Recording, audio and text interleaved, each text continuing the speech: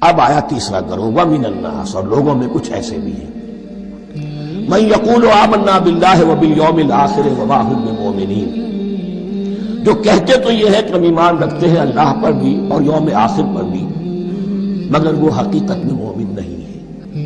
یہاں ایک بات سمجھ لیجئے، اکثر اور بیشتر مفسرین نے اس تیسری کیٹیگری کے بارے میں یہی رائے قائم کی ہے کہ یہ منافقین مذکور ہے یہاں، اگرچہ لفظ منافق یا لفظ نفاق نہیں آیا یہاں، لیکن مولانا امیر احسن اصلاحی صاحب نے ایک رائے ظاہر کی ہے جو بڑی قیمتی ہے، وہ یہ کہ یہاں ایک کردار کا نقشہ کھینچ دیا گیا ہے۔ غور کرنے والے غور کر لیں، دیکھ لیں، جس پر بھی وہ چسپاں ہو جائے۔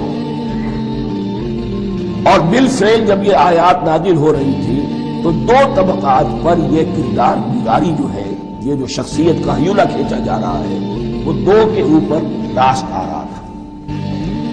ایک علماء یہود، وہ بھی کہتے تھے کہ ٹھیک ہے محمد جو کہہ رہے ہیں ہم بھی اللہ کو مانتے ہیں، آخرت کو بھی مانتے ہیں، اسی لیے یہاں رسالت کا ذکر نہیں ہے۔ بھئی ہم محمد ہی کو نہیں مانتے نا صلی اللہ علیہ وسلم، باقی اگر 1.25 لاکھ نبی آئے ہیں تو باقی 1.25 لاکھ کو تو ہم مانتے ہیں، ایک محمد کو نہیں مانا، ایک عیسیٰ کو نہیں مانا، بس۔ تو ہمیں بھی مانا جانا چاہیے کہ ہم بھی مسلمان ہیں۔ ایک یہ ان کی رائے ہے، اور واقعہ یہ ہے کہ یہاں اس طریقے کا تذکرہ ہو رہا ہے کہ جس سے ان کا کردار بھی جھلک رہا ہے، روح سخن ان کی طرف جا رہا ہے۔ مجھے یاد ہے اپنی 10ویں جماعت کے زمانے میں دہلی میں نے دیکھا تھا کہ ناٹ سرکس، وہاں کا ایک بڑی مارکیٹ ہوتی تھی، تو جوتے کی ایک دکان پہ بہت بڑا جوتا لٹکایا ہوا تھا، بہت بڑا، اور لکھا تھا free to home it fits, جس کے پاؤں میں یہ ٹھیک ٹھیک آ جائے وہ لے جائے۔ تو یہ free to home it fits ہے، ایک کردار ہے۔ اب یہ کردار جس کے اوپر بھی فٹ بیٹھ جائے، ان میں یقیناً زیادہ تو غلبہ یہی ہے جو مفسرین کی رائے ہے، منافقین کا معاملہ جو ہو رہا ہے، لیکن یہ کردار بعین نہیں فٹ بیٹھ رہا ہے یہود کے علماء پر۔ اور یہ بھی نوٹ کر لیجئے کہ جو مدینہ منورہ میں نفاق کا جو پودا پروان چڑھا ہے، بلکہ پودا نہیں کہنا چاہیے، جھاڑ جھکاڑ جو پروان چڑھا ہے، وہ یہودیوں کے زیر اثر، جیسے جنگل کے اندر بڑے بڑے درخت بھی ہوتے ہیں اور اندر جو ہے نیچے جھاڑیاں بھی ہوتی ہیں، تو یہ نفاق کا جھاڑ جھکاڑ جو ہے وہ یہودی علماء کا جو پودا تھا اور بہت بڑا تھا، اس میں کوئی شک نہیں، اس کے سائے میں پروان چڑھا ہے۔ ان دونوں میں معنوی ربط بھی ہے۔ وَمِنَ النَّاسِ مَن يَقُولُ آمَنَّا بِاللَّهِ وَبِالْيَوْمِ الْآخِرِ وَمَا هُم بِمُؤْمِنِينَ، اور لوگوں میں سے کچھ ایسے بھی ہیں جو کہتے تو یہ ہے کہ ہم ایمان رکھتے ہیں اللہ پر اور یوم آخر پر، لیکن وہ مومن نہیں ہیں۔ يُخَادِعُونَ اللَّهَ وَالَّذِينَ آمَنُوا وَمَا يَخْدَعُونَ إِلَّا أَنفُسَهُمْ، وہ دھوکہ دینے کی کوشش کر رہے ہیں اللہ کو اور اہل ایمان کو۔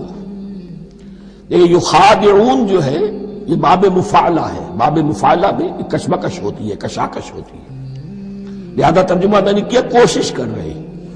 وما يخدعون الا انفسهم، یہ ثلاثی مجرد میں آ گیا، اور نہیں دھوکہ دے رہے مگر صرف اپنے آپ کو۔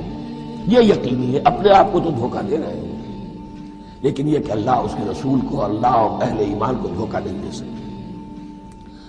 سورہ نساء کی آیت نمبر 142 میں یہ کھل کر منافقین کے بارے میں یہی الفاظ آئے ہیں، ان المنافقین یخادعون اللہ وہو خادعہم، یقیناً منافقین جو ہے وہ اللہ کو دھوکہ دینے کی کوشش کر رہے ہیں اور اللہ انہیں دھوکہ دے رہا ہے۔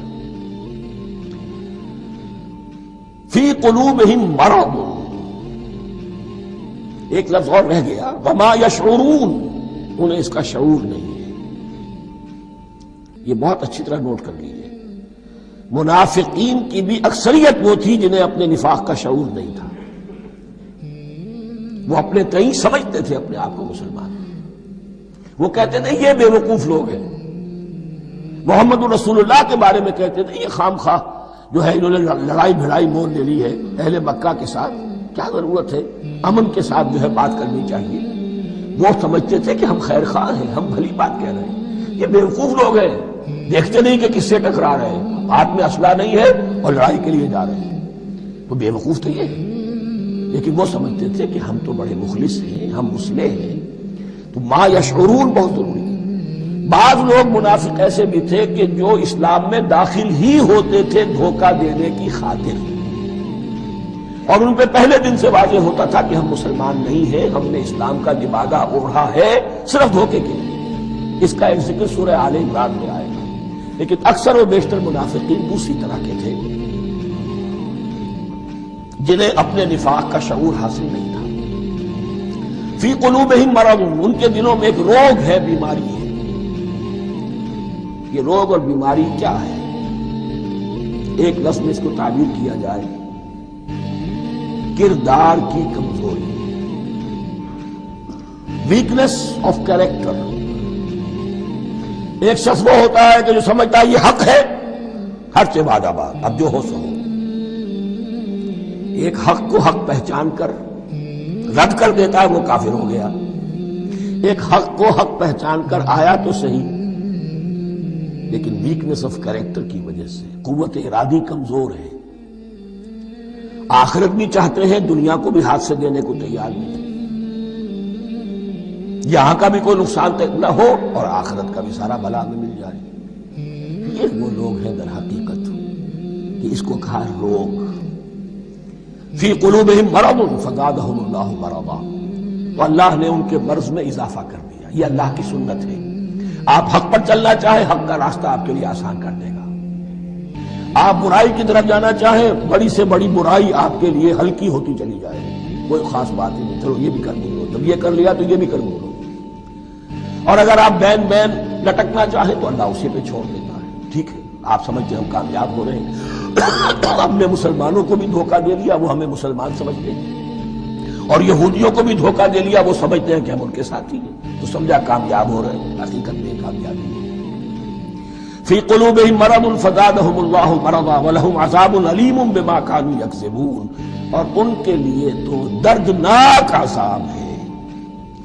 عذاب عظیم کا لفظ آیا تھا اوپر کفار کے لیے، وَلَهُمْ عَذَابٌ عَظِيمٌ، 7ویں آیت ختم ہوئی، اور عذاب علیم کا لفظ آیا یہاں، ان کے لیے دردناک المناک عذاب ہے، بما کانوا یکذبون، بسبب اس جھوٹ کے جو وہ بول رہے تھے۔ وَإِذَا قِيلَ لَهُمْ لَا تُفْسِدُوا فِي الْأَرْضِ، اور جب ان سے کہا جاتا تھا مت فساد کرو زمین میں، مراد کیا ہے اس سے؟ کہ جب محمد کو مان لیا کہ اللہ کے رسول ہے، اب ٹھیک ٹھیک پیروی کرو، ان کے پیچھے چلو، ان کا حکم ہے تو جنگ کے لیے نکلو، ان کی طرف سے تقاضا آتا ہے مال پیش کرو، اور اگر تم اس سے کتراتے ہو تو فساد مچا رہے ہیں، جماعتی زندگی کے اندر فتنہ و فساد پیدا کر رہے ہیں۔ وَإِذَا قِيلَ لَهُمْ لَا تُفْسِدُوا فِي الْأَرْضِ قَالُوا إِنَّمَا نَحْنُ مُصْلِحُونَ، وہ کہتے تھے نہیں ہم تو صلح کرانے والے ہیں، اصلاح کرنے والے ہیں، ہم چاہتے ہیں لڑنا بڑنا کوئی اچھی بات نہیں ہے، ٹکراؤ فساد یہ کوئی اچھے کام تھوڑا ہی ہے، بس ٹھنڈے ٹھنڈے دعوت دیتے رہو، جو چاہے قبول کر لے جو چاہے رد کر لے، خام خواہ یہ ٹکرانا، یہ جنگ کرنا، اور اللہ کے دین کو غالب کرنے کے لیے یہ قربانی دو، اور یہ مصیبت جھیلو، اور یہ مشقت برداشت کرو، اور یہ چیز چھوڑو، اور یہ ترک کرو، یہ کائے کے لیے؟ وَإِذَا قِيلَ لَهُمْ لَا تُفْسِدُوا فِي الْأَرْضِ قَالُوا إِنَّمَا نَحْنُ مُصْلِحُونَ أَلَا إِنَّهُمْ هُمُ الْمُفْسِدُونَ وَلَٰكِن لَا يَشْعُرُونَ، آگاہ ہو جاؤ کہ وہی ہے مفسد، فساد پھیلانے والے، اس لیے کہ محمد رسول اللہ کی دعوت ہے زمین میں اصلاح کے لیے، اس اصلاح کے لیے کچھ آپریشن کرنا پڑے گا، مریض اس درجے کو پہنچ چکا ہے کہ آپریشن کے بغیر اس کی شفا نہیں ہوگی، اب اگر تم اس کے راستے میں رکاوٹ بنتے ہو تو در حقیقت تم فساد مچا رہے ہو، لیکن تمہیں اس کا شعور نہیں۔ الا انہم ہم المفسدون ولکن لا یشعرون، پھر دیکھیے نوٹ کیجیے، شعور نہیں ہے، شعوری نفاق اور شے ہے، غیر شعوری نفاق ہے کہ جس کا یہ سارا تذکرہ ہو رہا ہے۔ وَإِذَا قِيلَ لَهُمْ آمِنُوا كَمَا آمَنَ النَّاسُ، اور جب ان سے کہا جاتا ہے ایمان لاؤ جیسے دوسرے لوگ ایمان لائے، آخر دیکھو دوسرے یہ اہل ایمان ہیں، جب بلاوا آتا ہے فوراً لبیک حاضر ہوتے، جو بھی ہو، یہ تم جو ہے آخر تم نے اور روش اختیار کی۔ وَإِذَا قِيلَ لَهُمْ آمِنُوا كَمَا آمَنَ النَّاسُ قَالُوا أَنُؤْمِنُ كَمَا آمَنَ السُّفَهَاءُ، وہ کہتے ہیں کہ کیا ہم ایمان لائے جیسے یہ بے وقوف لوگ ایمان لائے، انہیں تو اپنے نفع کی فکر، نہ نقصان کی فکر، نہ خطرات کا کوئی خیال، نہ اندیشوں کا کوئی گمان. جان جائے، مال جائے، اولاد کو چھوڑ دیں، گھر بار چھوڑ کے آ گئے ہیں. ان سے بڑے بیوقوف کون ہوں گے؟ بال بچے چھوڑ آئے ہیں کفار مکہ کے رحم و کرم پر، سرداران قریش جو چاہے ان کے ساتھ کریں. تو یہ تو بیوقوف لوگ ہیں. آج کل آپ کہتے ہیں ایسے ہی لوگوں کو فینیٹکس ہیں. یہ فینیٹکس ہیں. دیکھ بھال کر چلنا چاہیے، دائیں بائیں دیکھ کر چلنا چاہیے، نفع نقصان کا خیال کر کے چلنا چاہیے. چاہے حق ہے ٹھیک ہے، لیکن بہرحال اپنی مصلحتوں کو بھی اور اپنی اہل و عیال کی مصلحتوں کو بھی دیکھنا چاہیے. یہ لوگ تو معلوم ہوتا ہے کہ بالکل دیوانے ہو گئے، فینیٹکس ہو گئے. وَإِذَا قِيلَ لَهُمْ آمِنُوا كَمَا آمَنَ النَّاسُ قَالُوا أَنُؤْمِنُ كَمَا آمَنَ السُّفَهَاءُ أَلَا إِنَّهُمْ هُمُ السُّفَهَاءُ وَلَٰكِن لَّا يَعْلَمُونَ. آگاہ ہو جاؤ کہ وہی بے وقوف ہیں لیکن انہیں علم نہیں. وہ صادق الایمان جو ایمان کی ہر تقاضے کو پورا کرنے کے لیے ہر وقت حاضر ہے. ان سے بڑا عقل مند کوئی نہیں، ان سے بڑا سمجھدار کوئی نہیں. انہوں نے یہ جان لیا ہے کہ اصل زندگی آخرت کی زندگی یہ نہیں، یہ تو عارضی ہے. کل نہیں آج ختم ہو جائے، آج نہیں ابھی ختم ہو جائے، کیا فرق پڑے گا؟ جانا تو ہے، اب نہیں تو کل، کل نہیں تو پرسوں جانا تو ہے. تو عقل تو ان کے اندر ہے. الا انہم ہم السفہاء ولکن لا یعلمون واذا لقوا الذین آمنوا قالوا آمنا. اور جب یہ ملتے ہیں ان سے جو اہل ایمان ہیں تو کہتے ہیں ہم بھی ایمان رکھتے ہیں. اب یہ ان دونوں پر آئے گا. عام جو یہودی تھے وہ بھی کہتے تھے کہ ہم بھی تو آخر اللہ کو مانتے ہیں، آخرت کو مانتے ہیں. اور منافق تو تھے ہی جو رسول کو بھی مانتے تھے. وَإِذَا خَلَوْا إِلَىٰ شَيَاطِينِهِمْ. اور جب یہ اپنے شیطانوں کے پاس خلوت میں ہوتے ہیں، اور یہاں شیاطین سے مراد ہیں اہل کتاب یہود کے علماء، ان کے سردار، یا عبداللہ ابن ابی جو منافقین مدینہ کا سردار تھا. اگر وہ کبھی ملامت کرتا ہے، دیکھو تم تو معلوم ہوتا ہے بالکل مسلمانوں میں شامل ہی ہو گئے پوری طرح سے، تمہیں کیا ہو گیا، تم ہر بات مان رہے ہو. اب انہیں یہ کچھ نہ کچھ اپنی وفاداری کا یقین دلانے کے لیے کہنا پڑتا تھا. نہیں، ہم انہیں بیوقوف بنا رہے ہیں، ہم ان سے ذرا تمسخر کر رہے ہیں، ہم ہیں آپ کے ساتھ، یا فکر نہ کریں. اسی لیے یہ دو منہ ہونا. نفق کہتے ہیں سرنگ کو جس کے دو دروازے ہوتے ہیں، باقی زیر زمین ہے. نافقہ گوہ کا بل ہے کہ دو دروازے رکھتا ہے، دو اس کے منہ رکھتا ہے کہ ادھر سے اگر کتا داخل ہو جائے شکار کے لیے تو ادھر سے نکل بھاگے، ادھر سے آئے تو ادھر سے نکل بھاگے. تو دو منہ انسان. یہ در حقیقت جس کو پھر سورہ نساء میں کہا گیا لا الہ ہؤلاء ولا الہ ہؤلاء، نہ ادھر کے ہیں نہ ادھر کے، مذبذبین بین ذلک، اس کے درمیان مذبذب ہو کر رہ گئے. یہ شیطان کا لفظ یہاں سمجھ لیجئے کہ اس کے دو رائے ہیں کہ یہ شطنہ سے بنا ہے یا شات سے بنا ہے، شین الف کوئے یا شین طا نون. شطنہ کے معنی تباعدا، کو بہت دور ہو گیا، دور ہو گیا. شیطان سے مراد جو اللہ کی رحمت سے بہت دور ہو گیا. اور شاتا یشیتو کے معنی ہے احترق غضبا وحسدا، کوئی شخص غصے اور حسد کے اندر جل رہا ہو، وہ شاتا یشیتو ہے. اس سے فعلان کے وزن پر، رحمان کے وزن پر، غضبان کے وزن پر شیطان، یعنی وہ کہ جو حسد اور غضب کی آگ میں جل رہا ہے. تو یہ ایک تو شیطان وہ ہے جو جنات میں سے ہے، جس کا نام عزازیل تھا پہلے، اب ہم اسے ابلیس کے نام سے جانتے ہیں. وہ ایک شیطان ہے، جنی ہے. پھر یہ کہ جو بھی اس کے پیروکار ہیں دنیا میں، انسانوں میں سے ہوں یا جنات میں سے ہوں، وہ بھی شیاطین ہیں. اسی طرح اہل کفر، اہل زیغ کے جو بڑے بڑے سردار ہوتے ہیں، ان کو بھی شیطان سے تعبیر کیا گیا. وَإِذَا خَلَوْا إِلَىٰ شَيَاطِينِهِمْ قَالُوا إِنَّا مَعَكُمْ. اور جب وہ خلوت میں ہوتے ہیں، علیحدگی میں ہوتے ہیں اپنے شیاطین کے پاس، سرداروں کے پاس، کہتے ہیں ہم تو آپ کے ساتھ ہیں. انما نحن مستہزئون، یہ تو ہم ان مسلمانوں کو بیوقوف بنا رہے ہیں، ان سے استہزاء کر رہے ہیں، تمسخر کر رہے ہیں. ہم تمسخر میں کہہ دیتے ہیں کہ ہم بھی آپ کے ساتھ ہیں، آمنا. اللہ یستہزئ بہم ویمدہم فی طغیانہم یعمہون. حقیقت کیا ہے کہ اللہ ان کا مذاق اڑا رہا ہے اور ان کو ڈھیل دے رہا ہے کہ وہ اپنے عقل کے اندھے پن میں بڑھتے چلے جائیں. اللہ تعالیٰ جیسا میں نے عرض کیا رسی دراز کرتا ہے. کوئی غلط راستے پر جانا ہے تو جاؤ بھائی، فوراً تو نہیں پکڑتا، اگر فوراً پکڑ لے تو سیدھا ہو جائے گا، چلتے جائے، جہاں جانا چاہتے ہو جاؤ۔ تو ان کو بھی رسی دراز کر رہا ہے اللہ، لیکن یہ کہ اللہ یستہزئ بہم، یہ سمجھتے ہیں کہ مسلمانوں کا مذاق اڑا رہے ہیں، اصل میں مذاق ان کا اڑ رہا ہے اللہ کے نزدیک۔ وَيَمُدُّهُمْ فِي طُغْيَانِهِمْ يَعْمَهُونَ۔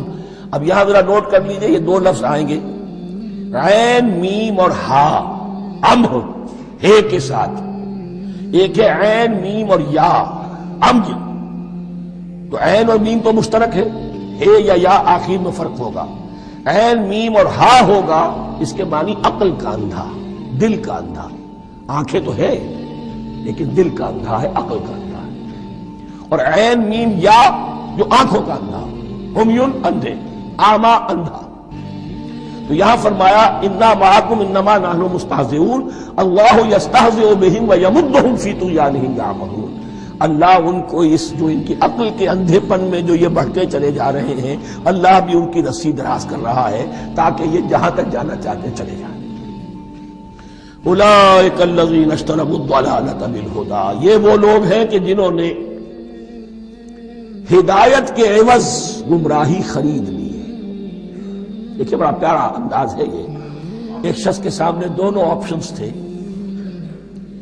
ایک نے گمراہی کو چھوڑا، ہدایت لے لی، چاہے قیمت دینی پڑی، تکلیفیں اٹھانی پڑی، آزمائشوں میں سے گزرنا پڑا، قربانیاں دینی پڑی، ہدایت لی، اور ایک شخص نے ہدایت دے کر گمراہی لی، آسانی تو ہو گئی، فوری تکلیف سے تو بچ گئے، لا الہ الا ولا الہ الا، دونوں طرف سے اپنے آپ کو بچا لیا، لیکن حقیقت میں سب سے زیادہ گھاٹے کا سودا یہ ہے۔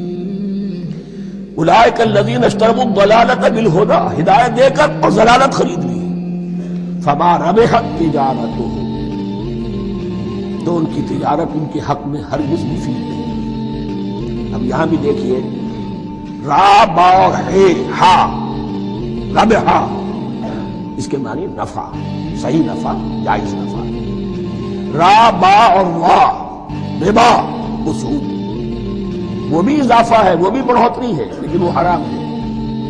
ایک ہے تجارت کے اندر جو نفع ہو جائے وہ رب ہے، را با اور ہا یہ نفع ہے جو جائز نفع ہے، را با اور وا ربا یہ کیا ہے؟ یہ سود ہے، یہ حرام ہے۔ را اور با مشترک ہے، آگے ہا آگے اور با اس کا فرق ہے۔ فما ربحت تجارتہم وما کانوا مہتدین، ان کی تجارت ان کے حق میں ہرگز مفید نہیں ہوئی اور نہیں ہے اب یہ ہدایت پانے والے۔ مثلہم، اب یہاں دو تمثیلیں آ رہی ہیں بڑی پیاری۔ پہلی تمثیل ہے کفار کے بارے میں، دوسری تمثیل ہے یہ بین والے لوگوں کے بارے میں۔ پہلوں کے لیے کیا تمثیل ہے؟ مثلہم کمثل الذی استوقد نارا، ان کی مثال اس شخص کی سی ہے جس نے آگ روشن کی۔ ایک نقشہ کھینچا جا رہا ہے، اندھیری شب ہے جدا اپنے قافلے سے ہے تو، تیرے لیے ہے میرا شعلہ نواق الدین۔ اندھیری شب ہے، قافلہ بھٹک رہا ہے، کچھ لوگ بڑی ہمت کرتے ہیں، اندھیرے میں بھی ادھر ادھر سے لکڑیاں جمع کرتے ہیں اور آگ روشن کرتے ہیں، لیکن عین اس وقت جب آگ روشن ہوتی ہے کچھ لوگوں کی بینائی سلب ہو جاتی ہے۔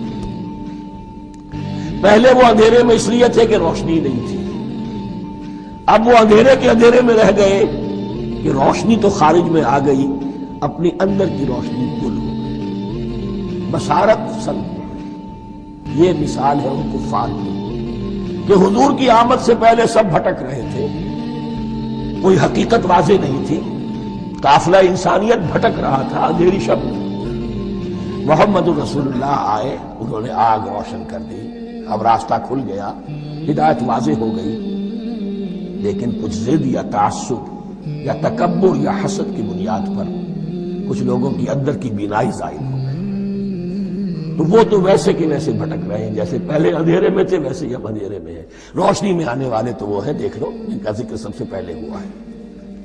مثلہم کمثل الذی استوقد نارا، اس شخص کی سی ہے کہ جس نے آگ روشن کی، فلما اضاءت ما حولہ، جب اس آگ نے اپنے ماحول کو گردا گرد کو روشن کر دیا، ذهب اللہ بنورہم، اللہ ان کی نور بصارت کو لے گیا، سلب کر لیا اللہ نے، وَتَرَكَهُمْ فِي ظُلُمَاتٍ لَا يُبْصِرُونَ، اور چھوڑ دیا انہیں ان اندھیروں کے اندر کہ وہ کچھ نہیں دیکھتے. صُمٌّ بُكْمٌ عُمْيٌ فَهُمْ لَا يَرْجِعُونَ. اصم کہتے ہیں بہرے کو، سم جمع ہے اس کی، سمن. اب کمو کہتے ہیں گونگے کو، بکمن اس کی جمع ہے. آما کہتے ہیں اندھے کو، عمیٌ اس کی جمع ہے. یہ بہرے ہیں، گونگے ہیں، اندھے ہیں. فہم لا یرجعون، اب یہ لوٹنے والے نہیں. یہ کون ہے؟ ابو جہل ہے، ابو لہب ہے، ولید بن مغیرہ ہے، عقبہ ابن ابی معیط ہے.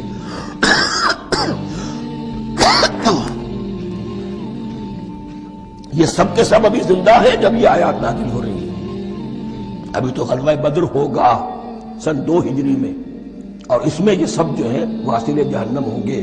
ابھی تک تو ہے نا. یہ لوگ ہو گئے اس کی مثال. مثلهم كمثل الذي استوقد نارا فلما اضاءت ما حوله ذهب الله بنورهم وتركهم في ظلمات لا يبصرون صم بكم عمي فهم لا يرجعون. اب دوسری مثال، او كصيب من السماء، یا بڑی زور کی بارش برس رہی ہے آسمان سے. فيه ظلمات، اس میں اندھیرے بھی ہیں، ورعد، اور گرج ہے، وبرق، اور بجلی چمک رہی ہے. یجعلون اصابعهم فی اذانهم من الصواعق حذر الموت. کچھ لوگ ہیں کہ جو اپنی انگلیاں اپنے کانوں کے اندر ٹھوسے ہوئے ہیں کہ وہ جو کڑک ہے اس سے ان کی جانیں نہ نکل جائیں، موت نہ آ جائے. کڑکا ایسا ہے کہ اس کڑکے سے بچنے کے لیے اپنی انگلیاں اپنی کانوں میں ٹھوس رکھی ہیں. حذر الموت، موت کے خوف سے. واللہ محیط بالکافرین، اللہ ایسے کافروں کا احاطہ کیے ہوئے ہیں، بچ کر کہاں جائیں گے. یکاد البرق یخطف ابصارهم، قریب ہے کہ بجلی ان کی نگاہوں کو لے جائے، ان کی بینائی کو سلب کر لے. کلما اضاء لهم، لیکن ہوتا کیا ہے جب ذرا روشنی ہوئی تو چل لیے. مشوا فیہ، بجلی چمکی، کچھ نظر آ گیا دائیں بائیں تو کچھ تھوڑا سا چل لیے. وَإِذَا أَظْلَمَ عَلَيْهِمْ، اور جب تاریکی ان پر طاری ہو گئی، قاموا، کھڑے کے کھڑے رہ گئے.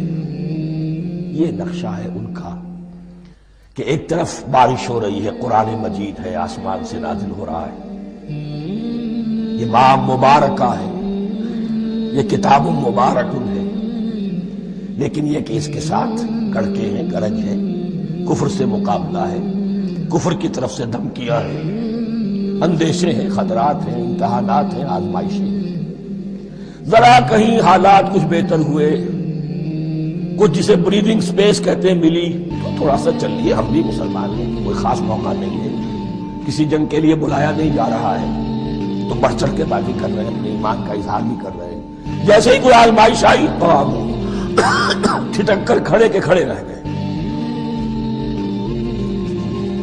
وَلَوْ شَاءَ اللَّهُ لَذَهَبَ بِسَمْعِهِمْ وَأَبْصَارِهِمْ، اللہ چاہتا تو ان کی سماعت اور بصارت کو بھی سلب کر دیتا، لیکن اللہ کا قانون یہی ہے جو جہاں رہنا چاہے اس نے آزادی ارادہ دی ہے انسان کو. تم اگر مومن صادق بن کر رہنا چاہتے ہیں اس کو آسان کر دے گا تمہارے. تم نے اپنے تعصب کی وجہ سے، اپنے تکبر کی وجہ سے کفر کا راستہ اختیار کیا، اللہ اسی کو کھول دے گا. تم بیچ میں لٹکنا چاہتے ہو، لٹکتے رہو. اللہ تعالیٰ جو ہے جبرن کسی کو نہ حق پہ لائے گا، نہ جبرن کسی کو باطل پر لے کر جائے گا. اس لیے کہ جبر اگر ہو تو پھر امتحان کا معاملہ ختم، پھر جزا و سزا بیکار ہے، غیر منطقی ہے، غیر معقول ہے. ان اللہ علی کل شیء قدیر، یقیناً اللہ تعالیٰ ہر چیز پر قادر ہے. یہ 2 رکوع اس اعتبار سے کہ انسانی شخصیتوں کا سمجھنا، اور جیسا کہ میں نے عرض کیا تعویل عام ذہن میں رکھیے، جب بھی کبھی کوئی دعوت حق اٹھے گی، اگر وہ واقعتاً کل کے کل حق کی دعوت ہے اور اس میں انقلابی رنگ ہے کہ باطل سے پنجہ آزمائی کرنی ہے، باطل کو نیچا دکھانا ہے، حق کا غلبہ کرنا ہے، تو یہ 3 قسم کے افراد لازماً ہمیشہ وجود میں آ جائیں گے. ان کو پہچاننا، ان کے کردار کی جو اصل جو اس کے پیچھے پس منظر ہے اس کو جاننا بہت ضروری ہے. میں وقفہ کر رہا ہوں.